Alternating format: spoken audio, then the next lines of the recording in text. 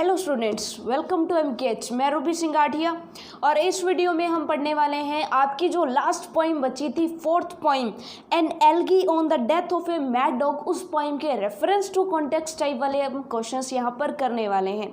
तो हम यहाँ पर एक एक स्टेंजा उठाएंगे क्योंकि हमारी पोइम थोड़ी सी बड़ी है, तो इसमें 8 स्टेंजास बनेंगे। ठीक है, तो उन सभी स्टेंजास के रेफरेंस, फिर कॉन्टेक्स्ट एंड देन फिर एक्सप्लेनेशन, हम तीनों की तीनों चीज़ें अच्छे से समझेंगे। ठीक है, तो इतनी सारी पॉइंट्स हमने कर ली हैं, तो अब तक आपको एक चीज़ समझ में आ गई है कि यहाँ पर जब भी हम रेफरेंस लिखते हैं तो रेफरेंस में हमें ये लिखना होता है कि ये जो स्टैंजा लिया गया है ये किस पोइम से लिया गया है और इस पोइम के कंपोजर कौन है, यानी कि इस पोइम के पोइट कौन है। ठीक है, तो चलिए फिर अगर रेफरेंस की बात की जाए तो जितने भी स्टैंजाज हैं सभी में रेफरेंस आपको सेम ही रखना है। और वो लाइन तो अब तक आपको रट गई होगी, बिल्कुल अच्छे से आपको याद होगी। कौन सी लाइन थी? These lines have been taken from the poem, और फिर इन्वर्टेड कोमा में आप पोइम का नाम लिख दोगे, कंपोज्ड बाय द पोइट, फिर इन्वर्टेड कोमा में आप पोइट का नाम लिख दोगे। तो आपको पोइम का नाम भी पता है और पोइट का नाम भी पता है। पोइम का नाम है an elegy on the death of a mad dog, और जो पोइट है इसके composed by the poet Oliver Goldsmith. ये चीज़ आपको समझ में आ गई। तो रेफरेंस बार बार लिखने की यहाँ पर वीडियो में ज़रूरत नहीं है, क्योंकि आप सभी स्टेंजास के साथ जो भी स्टेंजा आएगा उसके लिए रेफरेंस आपका सेम ही रहेगा। ठीक है, उसके बाद 2 चीज़ें आती है, कॉन्टेक्स्ट और एक्सप्लेनेशन। तो वो मैंने आपको बहुत ही अच्छी तरीके से समझा रखा है कि कॉन्टेक्स्ट में आपको ये लिखना है कि पोइट हमें क्या बताना चाह रहा है। एक लाइन में, 1 या 2 लाइन में आपको बताना है कि एक्चुअल में हमें इस स्टेंजा में पोइट क्या मैसेज देना चाह रहा है। ठीक है, लेकिन एक्सप्लेनेशन में हमें अच्छे से एक्सप्लेन करना होता है कि ये जो स्टेंजा है इसकी एक एक लाइन जो है उसके अंदर क्या लिखा गया है, वो हमें क्या बताना चाह रही है। ये चीज़ आपको समझ में आ गई। ठीक है, तो चलिए फिर हम एक एक स्टेंजा उठाते हैं, उसके कॉन्टेक्स्ट और एक्सप्लेनेशन करते हैं। तो फर्स्ट स्टेंजा अगर बात की जाए, good people all of every sort give ear on to my song and if you find it wondrous short it can not hold you long. यानी कि पॉइंट इसमें क्या कह रहा था, सिंपल सी बात है, वो सभी को बुला रहा था कि आइए मेरे सॉन्ग्स को, यानी कि मेरी पोइम को सुनिए। ठीक है, और पोइम को अगर आप यानी कि सभी जो लोग हैं सभी लोग आ जाइए, जितने भी अच्छे लोग हैं, ठीक है, वो उनको बुला रहे किस नाम से? अच्छे लोगों के नाम से, कि हे महान लोगों, अच्छे लोगों, सभी लोग आ जाओ मेरी पोइम सुनो। ठीक है, और फिर वो कह रहे हैं कि if you find it wondrous short, कि अगर ये आपको कम आश्चर्यजनक लगे, यानी कि आश्चर्यचकित ना करे आपको अगर ये, तो कोई टेंशन वाली बात नहीं, ये कोई ज़्यादा लॉन्ग नहीं है, ये आपका ज़्यादा टाइम नहीं लगेगी। तो इसमें आप कॉन्टेक्स्ट में सिंपल सी बात लिखोगे कि in these lines the poet request people to listen to his song, यानी कि पोइट जो है रिक्वेस्ट कर रहा है लोगों के सामने कि आइए मेरा गाना सुनिए, जो कि उसने इस पोइम में लिखा है। ये चीज़ आपको समझ में आ गई। अब देखिए एक्सप्लेन कैसे करेंगे। एक्सप्लेनेशन में आप क्या लिखेंगे? The poet asks all type of people to listen to his song, यानी कि पोइट जो है सभी लोगों को, जितने भी टाइप्स के लोग हैं, इसने कहा है ना people all of every sort, यानी कि प्रत्येक प्रकार के लोग जो हैं, यानी कि ऑल टाइप्स के जो लोग हैं सभी आ जाओ और मेरे गाने को सुनो। By addressing them as good peoples, और उनको एड्रेस किए किस नाम से पुकारा है? गुड पीपल्स के नाम से, कि हे अच्छे लोगों। ये चीज़ आपको समझ में आ गई। उसके बाद आप क्या लिखोगे? He says that he has a song with him, वो कहते हैं कि उसके पास एक सॉन्ग है। It may be that people, यानी कि इट मे बी, यानी कि ये हो सकता है, that people don't find it very good, ये हो सकता है कि पीपल्स को ये यानी कि लोगों को ये ज़्यादा अच्छा ना लगे। बट ही इंसिस्ट, लेकिन फिर भी वो दबाव देता है उनको। ठीक है, उनको कहता है that they should listen to the song, फिर भी वो उनको कहता है कि आपको सॉन्ग जो है वो सुनना चाहिए। ये चीज़ आपको समझ में आ गई। इंसिस्ट का मतलब होता है आग्रह करना। ठीक है, अगर आप वर्ड मीनिंग्स पर काम करना चाहते हैं तो वर्ड मीनिंग्स भी आप साथ के साथ नोट कर लीजिएगा। But he insist that they should listen to the song, वो कहता है, वो फिर भी आग्रह करता है कि आपको गाना सुनना चाहिए। Because it will be over in very short time, क्योंकि ये बहुत ही छोटा और जल्दी से खत्म हो जाएगा।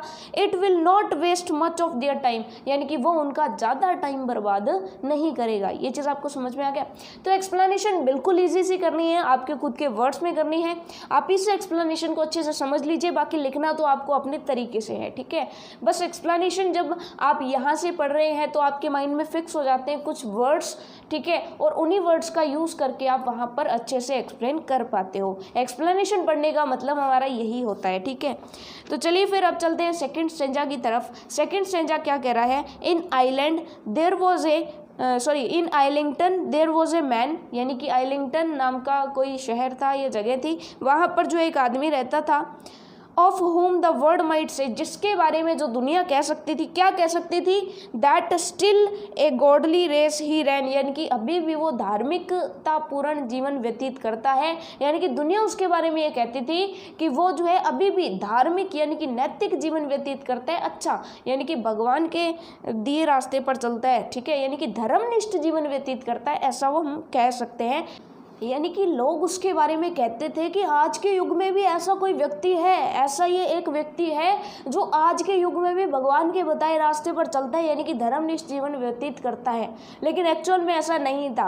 वो धर्मनिष्ठ यानी कि भगवान की बातें केवल तभी करता था whenever he went to pray, यानी कि वो जब यानी कि पूजा पाठ करता था तभी वो केवल भगवान को याद करता था, यानी भगवान को याद करने का केवल मात्र दिखावा करता था, एक्चुअल में ऐसा कुछ नहीं था, ठीक है ना। तो आपको एक चीज़ यहाँ पर पता चल रही है कि पॉइंट यहाँ पर उस व्यक्ति के बारे में बता रहा है, स्टोरी स्टार्ट हो रही है। तो आप कॉन्टेक्स्ट में क्या लिखेंगे, सिंपल सी बात, in these lines the poet begins to relate his story to the people, यानी कि अब जो पॉइंट है वो क्या कर रहा है, अपनी स्टोरी स्टार्ट कर रहा है और उन लोगों के साथ जोड़ रहा है, ठीक है, यानी कि बाकी लोगों के साथ वो जोड़ रहा है, ये स्टोरी जो है वो स्टार्ट कर रहा है। ये चीज़ आपको समझ में आ गई, यानी लोगों को सुनाने के लिए अपनी कहानी प्रारंभ कर रहा है, ये चीज़ आपको समझ में आ गई। अब नेक्स्ट चलते हैं एक्सप्लेनेशन की तरफ। एक्सप्लेनेशन में हम क्या लिखेंगे, सिंपल सी बात, the poet is telling a story through his poem, यानी कि पोइम जो पोइट है वो पोइम के अंदर एक कहानी सुनाना चाह रहा है। He starts his story with these lines.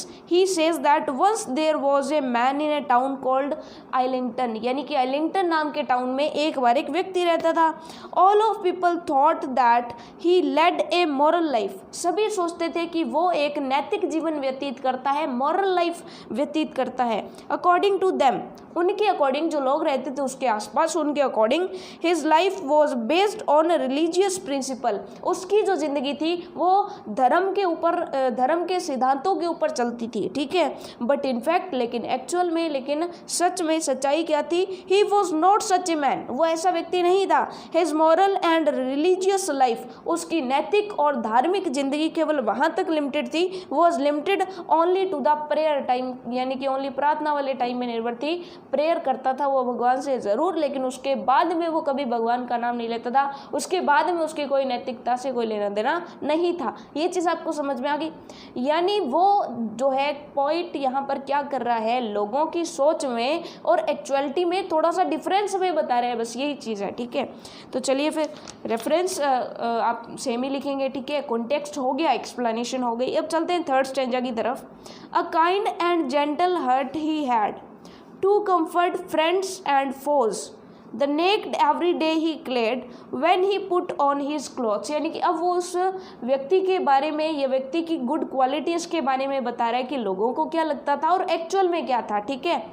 तो सिंपल सी बात है, आप कॉन्टेक्स्ट में क्या लिखेंगे, in these lines the poet tells us about the qualities of the so called pious और रिलीजियस मैन, यानी कि पायस का मतलब होता है धार्मिक, यानी कि धार्मिक कहे जाने वाले, सो कॉल्ड का मतलब धार्मिक कहे जाने वाले उस व्यक्ति की गुड क्वालिटीज़ के बारे में या फिर क्वालिटीज़ के बारे में बताता है हमें। हु लिव्ड इन आइलिंगटन, यानी कि जो कि आइलिंगटन में रहता था। ये चीज़ आपको समझ में आ गई। अब चलते हैं एक्सप्लेनेशन की तरफ। तो होपफुली आपको सब कुछ समझ में आ रहा होगा, ठीक है ना। तो बाकी की सभी पोएम्स की तुलना में इसकी एक्सप्लेनेशन देख रहे होंगे आप कि इस पोएम की एक्सप्लेनेशन सबसे आसान है ना। तो चलिए फिर चलते हैं एक्सप्लेनेशन की तरफ। The poet says that the pious man, pious का मतलब होता है धार्मिक, इसकी जगह आप रिलीजियस वर्ड भी यूज कर सकते हो। The poet says that the pious man who lived in Islington had many good qualities, उसके पास बहुत सारे अच्छे गुण थे। He was very kind and soft, यानी कि वो एक अच्छा व्यक्ति था। सॉफ्ट यानी कि काइंड था, दयालु था, ठीक है, और सॉफ्ट था यानी कि कोमल हृदय वाला था। ही लव्ड एवरीवन, वो हर किसी से प्यार करता था। He saw no difference between the friends and foes, वो अपने दोस्तों और दुश्मनों के बीच में कोई अंतर नहीं रखता था। But he simply spoke kindly, लेकिन वो दयालुता से बात करता था, ठीक है, दोनों से ही वो दयालुता से बात करता था, बोथ फ्रेंड्स एंड एनिमीज, यानी कि चाहे उसका दोस्त हो चाहे उसका दुश्मन हो, वो हमेशा उसे अच्छे से बात करता था। व्हेन दे वर सैड और वरीड, यानी कि जब वो सैड होते थे, उदास होते थे या चिंतित होते थे, वरीड, सैड मतलब उदास और वरीड मतलब चिंतित, ही ओनली सिंपैथाइज्ड विद देम, यानी कि वो हमेशा उनके साथ सिंपैथी रखता था, यानी कि हमेशा उनको सांत्वना देता था। ऐसा नहीं है कि दुश्मन को और जला देता था, जले पे नमक नहीं छिड़कता था, उन्हें सांत्वना देता था, चाहे वो दोस्त हो चाहे वो दुश्मन हो, ठीक है, ये चीज़ आपको समझ में आ गई। ही वॉज सो जेनरस, वो बहुत अच्छा था। That he gave cloth to the poor and naked people, वो यानी कि वो इतना अच्छा व्यक्ति था या वो इतना दयालु व्यक्ति था कि वो नेक्ड यानी कि नंगे और या फिर गरीब व्यक्तियों को पहनने के लिए कपड़े देता था। ये चीज़ आपको समझ में आ गई। ऐसा उसके बारे में लोग सोचते थे। Every day before wearing his own clothes, यानी कि अपने कपड़े पहनने से पहले वो गरीब और जो नंगे थे उनको कपड़े बांटता था। ये चीज़ आपको समझ में आ गई। लेकिन एक्चुअलिटी क्या थी वो बता रहे हैं poet. In fact the pious man, लेकिन एक्चुअल में क्या था कि वो जो पायस मैन था, पायस मैन मतलब वो जो धार्मिक, आप जिस व्यक्ति को बोल रहे हो ना, वो धार्मिक व्यक्ति ड्रेस्ड हिमसेल्फ एवरी डे, वो अपने आप को कपड़े पहनाता था। एंड बिलीव दैट, और ऐसा विश्वास करता था, ऐसा सोच लेता था, that he has dressed the naked poor, वो ऐसा सोच लेता था जैसे उसने किसी गरीब इंसान को कपड़े पहनाए हैं, यानी कि खुद कपड़े पहनता था नहा करके और ऐसा फील करता था जैसे उसने गरीबों को कपड़े बांटे हो, है ना, कितनी अजीब सी बात है, ठीक है। और लोगों को कहता फिरता था कि मैं गरीबों को कपड़े बांटता हूँ, वो खुद को गरीब बांधता था और खुद कपड़े पहन लेता था और लोगों को कहता था मैं गरीबों को कपड़े बांटता हूँ। देखिए किस तरह की बात है। तो लोग तो सोचेंगे कि ये बहुत ही अच्छा पर्सन है, ये तो पायस मैन है, ये तो धार्मिक व्यक्ति है। ये चीज आपको समझ में आ गई। अब चलते हैं स्टैंजा फोर्थ की तरफ। स्टैंजा फोर्थ, देखिए स्टोरी बहुत ही इंटरेस्टिंग होती जा रही है और वैसे हम जो है इस पोइम को प्रीवियस वीडियो में हम अच्छे से पढ़ भी चुके हैं, तो आपको और भी मजा आ रहा होगा। And in that town a dog was found, और उसी टाउन के अंदर एक कुत्ता भी रहता था। As many dogs there be, यानी कि जैसे कि बाकी कुत्ते थे वैसा ही वो भी कुत्ता था। बोथ मोंगरेल, यानी कि संकर प्रजाति, यानी कि मिली जुली प्रजाति जो होती है उसे संकर प्रजाति कहते हैं, मोंगरेल कहते हैं। पपी यानी कुत्ते का बच्चा होता है। वेल्प यानी कुत्ते का थोड़ा बड़ा बच्चा, ठीक है। और हाउंड का मतलब होता है शिकारी कुत्ता। And curs of low degree, curs का मतलब होता है आवारा कुत्ते, जो है निम्न प्रजाति के आवारा कुत्ते, बहुत सारे कुत्ते रहते थे, उन्हीं में से एक वो कुत्ता था। यानी कि इसमें ये जो लाइन्स है उसकी कॉन्टेक्स्ट में आप क्या लिखोगे कि ये लाइन हमें किसके बारे में बता रही है। सिंपल सी बात है कि वो हमें एक और पोएम के अंदर जो एक और कैरेक्टर आ रहा है डॉग, उसके बारे में बता रही है। तो आप सिंपल लिखोगे this stanza introduces us to the dog, यानी कि हमारा परिचय उस कुत्ते के साथ करवा रही है। Which is another principal character of the poem, जो कि पोइम का एक और कैरेक्टर है। ये चीज़ आपको समझ में आ गई, ठीक है। यानी कि पोइम के अंदर एक और अभी कैरेक्टर आने वाला है जो कि कौन है, एक कुत्ता है, ठीक है। अब चलिए इसको जो एक्सप्लेन कैसे करेंगे। सिंपल सी बात है, 4 लाइनें उसने बताई है। The poet describes the kind of dogs that were found in the town of Islington, यानी पोइट ने हमें यह बता दिया कि जो आइलिंगटन टाउन है उसमें किस किस टाइप के कुत्ते रहते थे। उसने कहा है ना, both mongrel, puppy, whelp and hound and curs of low degree, यानी कि इस तरह के बहुत सारे कुत्ते रहते थे। तो आप कह दोगे there were mongrels, puppies, whelps and hounds. All these kind of dogs were of lower degree. Among these dogs there lived a dog which was also an ordinary dog like others. यानी कि उन कुत्तों के अंदर ही एक कुत्ता था जो कि बाकियों की तरह सामान्य था, साधारण सा एक कुत्ता था। ये चीज़ आपको समझ में आ गई। इट इज़ दिस डॉग, ये वही कुत्ता है, अबाउट विच, जिसके बारे में poet describes in the remaining lines of the poem, ये वही कुत्ता है जिसके बारे में पोइम जो बाकी बची हुई है ना पोइम, उसमें पोइट अपने को बताएगा। ये चीज़ आपको समझ में आ गई। अब चलते हैं 5th स्टैंजा की तरफ। 5th स्टैंजा क्या कहता है, this dog and man at first were friends, ये कुत्ता और आदमी पहले शुरुआत में तो फ्रेंड्स थे, but when a pique began, लेकिन जैसे ही लड़ाई शुरू होती है, the dog to gain his private ends, कुत्ता अपना बदला लेने के लिए, अपना मतलब पूरा करने के लिए, went mad and bite the dog, bite the man, यानी कि वो कुत्ता पागल हो जाता है और उस व्यक्ति को काट लेता है। ये चीज़ समझ में आ गई। तो आप इसके कॉन्टेक्स्ट में क्या लिखोगे, सिंपल सी बात है, in this stanza the poet describes the rise and fall in the relationship between the man and dog, यानी कि वो रिलेशनशिप बता रहे हैं कुत्ते के और आदमी के कि किस तरह से वो जो उनका रिलेशनशिप है पहले बना हुआ था और बाद में बिगड़ गया। राइजेस एंड फॉल्स का मतलब वो उतार चढ़ाव, ठीक है, यानी कि बनना और बिगड़ना। ये चीज़ आपको समझ में आ गई, ठीक है। अब इसके कॉन्टेक्स्ट, इसमें एक्सप्लेनेशन में आप क्या लिखेंगे, सिंपल सी चीज़ आप लिखेंगे, this stanza thrown light on the relationship between the man and the dog, यानी कि ये स्टैंजा प्रकाश डाल रहे हैं आदमी और कुत्ते के यानी कि रिश्ते के बीच में, यानी कि उनके बीच का जो संबंध है उस पर जो है वो प्रकाश डाल रहे हैं, यानी कि हमें उसके बारे में बता रहे हैं। सिंपल सी, the man and the dog were friends, starting में कुत्ता और आदमी क्या थे, दोस्त थे। ये चीज़ आपको समझ में आ गई। दे लव्ड ईच अदर, वो एक दूसरे से प्यार किया करते थे, बट आफ्टर सम टाइम, लेकिन कुछ समय के बाद प्यार खत्म हो गया। दे बिगिन टू क्वारल, उन्होंने लड़ना शुरू कर दिया, कुत्ता और आदमी लड़ रहे हैं, देखिए, दे बिकेम एनिमीज, वो दुश्मन बन गए, ठीक है। The dog was angry now, और कुत्ते को बहुत गुस्सा आया, कुत्ता बहुत गुस्सा था। He wanted to take revenge, अब कुत्ता अपना बदला लेना चाहता था, अपॉन द मैन, यानी उस आदमी से। ही बिकेम मैड, वो पागल हो जाता है। He hated the man so much, वो उस आदमी को इतनी नफरत करता है, दैट ही बाइट हिम, यानी कि वो उसको काट देता है। ये चीज़ आपको समझ में आ गई, उसको काट देता है, bite him. The poet says so in the satire, यानी कि सेटायर का मतलब होता है किसी पर व्यंग्य कसना, व्यंग्य कसना का मतलब होता है मजाकिया ढंग से किसी पर कमेंट करना। अब मजाकिया ढंग से कमेंट कैसे कर रहे हैं कि पोइट हमें यहाँ पर ये बता रहे हैं कि आपको अब तक क्या लग रहा होगा कि कुत्ता दोषी है, कुत्ते को गुस्सा आया तो उसने आदमी को काट लिया, मतलब हमें ये लग रहा है कि कुत्ता दोषी है, लेकिन एक्चुअल में पोइट हमें क्या बताना चाह रहा है, पोइट ये बात व्यंग्य कस रहा है, ये मजाकिया ढंग से वो कमेंट कर रहा है कि एक्चुअल में कुत्ता दोषी नहीं था, एक्चुअल में वो कह रहे हैं कि कुत्ता निर्दोष था, एक्चुअल में उस आदमी ने कुछ किया था, उसका बदला लेने के लिए कुत्ते ने काटा, ऐसा पोइट कह रहा है। क्योंकि पोइट किसकी तरफ से आया है, कुत्ते की तरफ से आया है, क्योंकि अब कुत्ता मरेगा और पोइट जो है वो कुत्ते के मरने पर शोक गीत गा रहा है। ये चीज़ आपको समझ में आ गई। तो अब चलिए आगे वो क्या कह रहा है। The poet says so in satire, यानी व्यंग्य कसते हुए हमें कहता है, इनफैक्ट यानी कि सच्चाई तो ये है, द डॉग वॉज इनोसेंट, यानी कि जो कुत्ता था वो इनोसेंट था, वो निर्दोष था, मासूम था। The man was a bad one, यानी कि वो व्यक्ति जो था वो जो है बैड वन था, वो अच्छा नहीं था। ये चीज़ आपको समझ में आ गई, यानी कि जो आदमी है वो बुरा था, कुत्ता तो इनोसेंट था। ये चीज़ आपको समझ में आ गई। जरूर उस आदमी ने कुछ बुरा किया होगा, इसी वजह से उस कुत्ते ने उसको काटा, ठीक है। लेकिन दुनिया वाले तो ऐसे नहीं सोच रहे थे। अब देखिए आगे क्या करते हैं, दुनिया वाले क्या सोच रहे थे। Around from all the neighbouring streets, यानी कि आसपास के जितने भी गली वाले थे, द वंडरिंग नेबर्स रैन, यानी कि जितने भी लोग थे वो आश्चर्यचकित करके भागे आए। यानी कि वंडरिंग का मतलब है कि आश्चर्यचकित होकर के आसपास वाले भागे आए।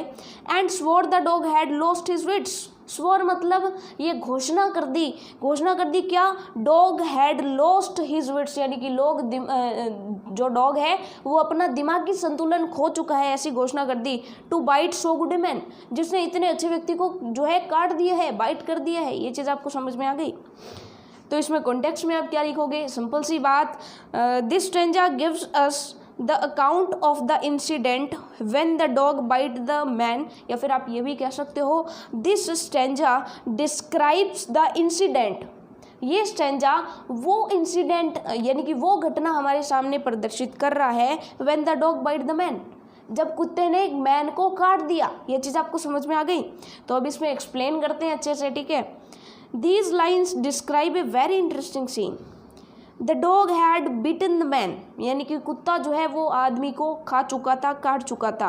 This news spread like a fire, और ये जो न्यूज़ थी वो आग की तरह सभी तरफ फैल गई। जैसे आग लगती है ना, छोटी सी आग लगाते हैं और वो सभी जगह फैल जाती है, वैसे the people living around, यानी कि जो आसपास में लोग रहते थे, ran to the so called good man, उस अच्छे कहे जाने वाले व्यक्ति के पास आ गए भागकर। दे वर सरप्राइज्ड, वो आश्चर्यचकित थे।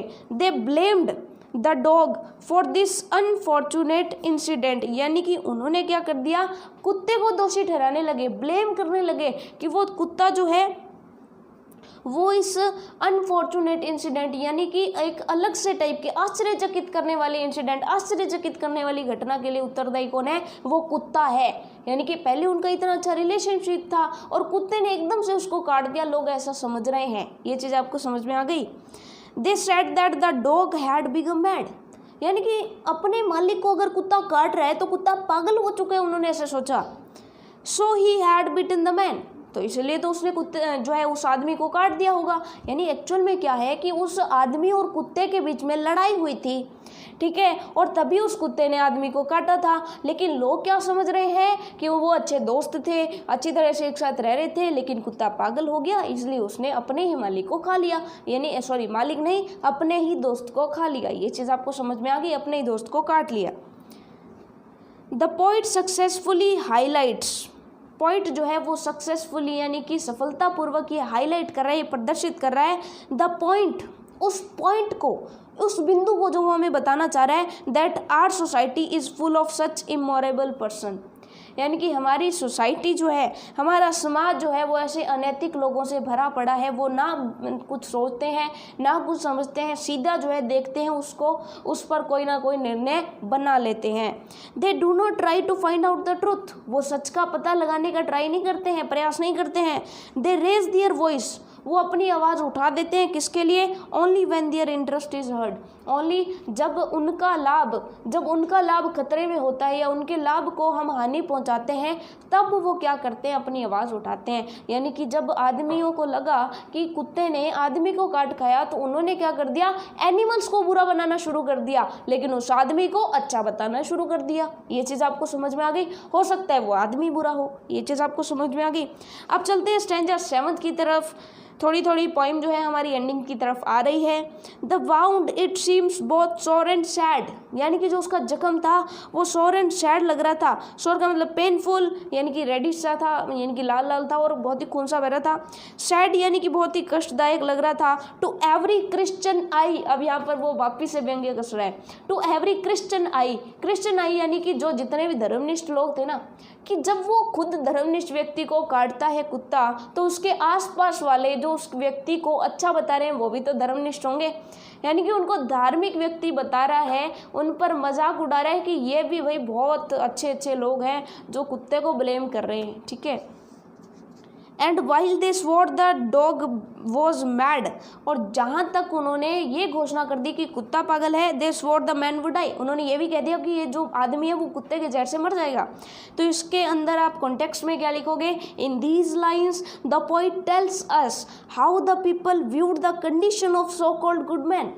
अब यहाँ पर ये बता रहा है हमें, पॉइंट बता रहा है कि किस तरह से लोगों ने उस अच्छे कहे जाने वाले व्यक्ति की कंडीशन को देखा, यानी कि वो पेनफुल कंडीशन में था तो उसकी कंडीशन को लोगों ने कैसे देखा, ये हमें बता रहा है, ठीक है। ये चीज़ आपको समझ में आ गई ना।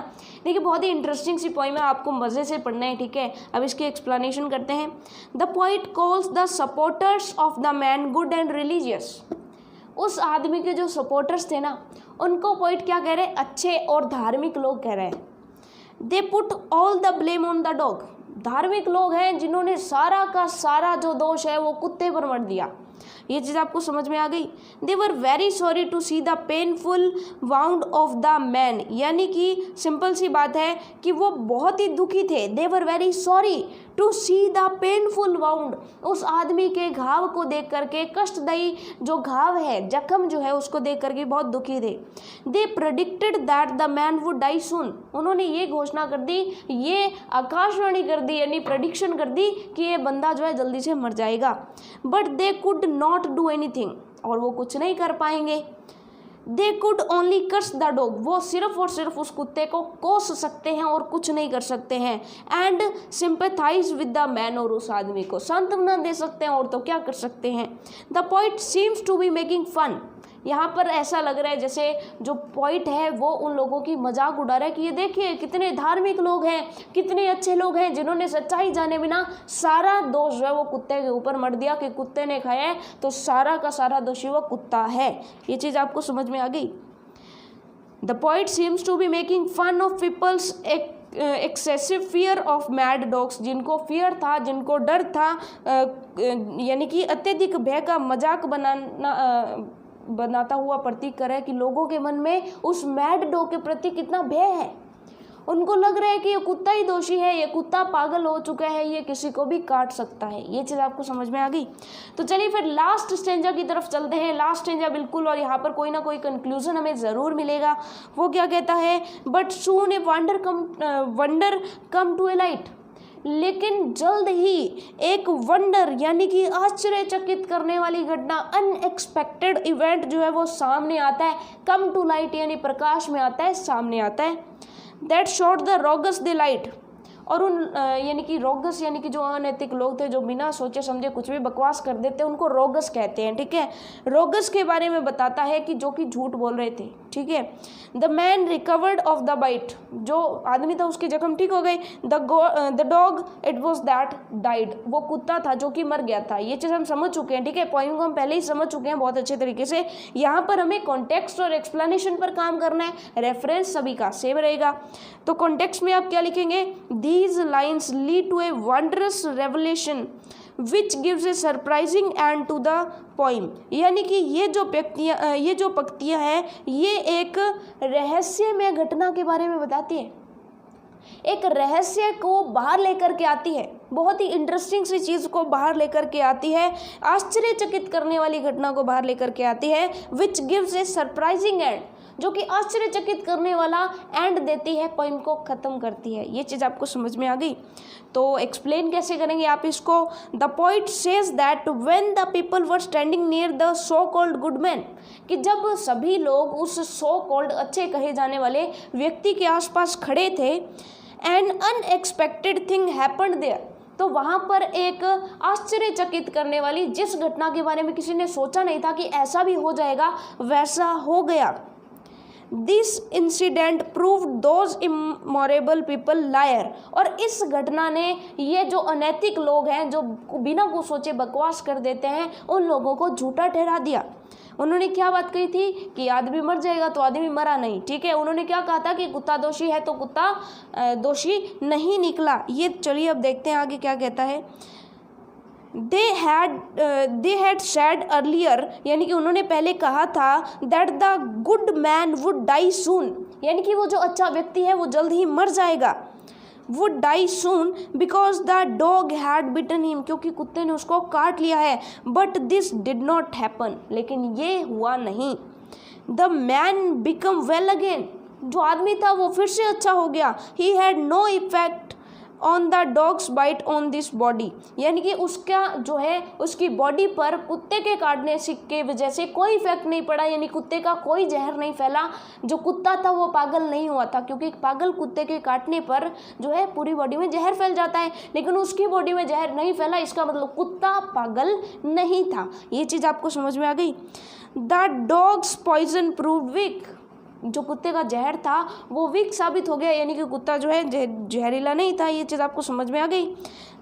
It could not kill the man, यानी कि वो वीक पड़ गया, वो कमज़ोर हो गया और ये जो है उस आदमी को मार नहीं सका।